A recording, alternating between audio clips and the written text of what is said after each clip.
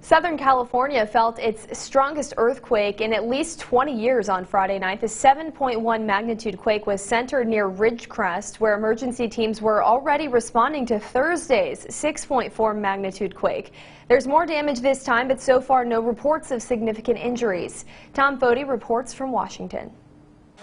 Oh my God! Splashing pools and swinging chandeliers as a powerful earthquake jolted Southern California Friday night. And all of a sudden, like, something started shaking, and we're like looking around, and all of a sudden everyone's like, whoa. The 7.1 magnitude quake was centered near Ridgecrest, the same location as Thursday's Temblor. About 3,000 residents are without power. Crews responded to house fires. We all started crying because we were scared, and then my brother was still in his room, and he was like, something's burning in her room, and then we all just got backed away from the house, and then it just all lit up. Friday night's earthquake was 10 times stronger than the one on the 4th of July, and damage is more significant near the epicenter.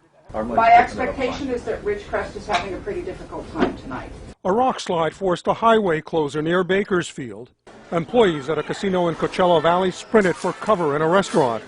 And the shaking could be felt as far away as Las Vegas, where a Pelicans and Knicks game had to be postponed. Quick in California. Experts say given the size of the fault, there will likely be more shaking. The expectation is we're going to have aftershocks tonight. It's going to continue on. Crews will spend the day working to get a full assessment of the damage. Tom Foti, CBS News. California Governor Gavin Newsom activated the State Office of Emergency Services to its highest level and has asked for a presidential emergency declaration for federal assistance with the recovery.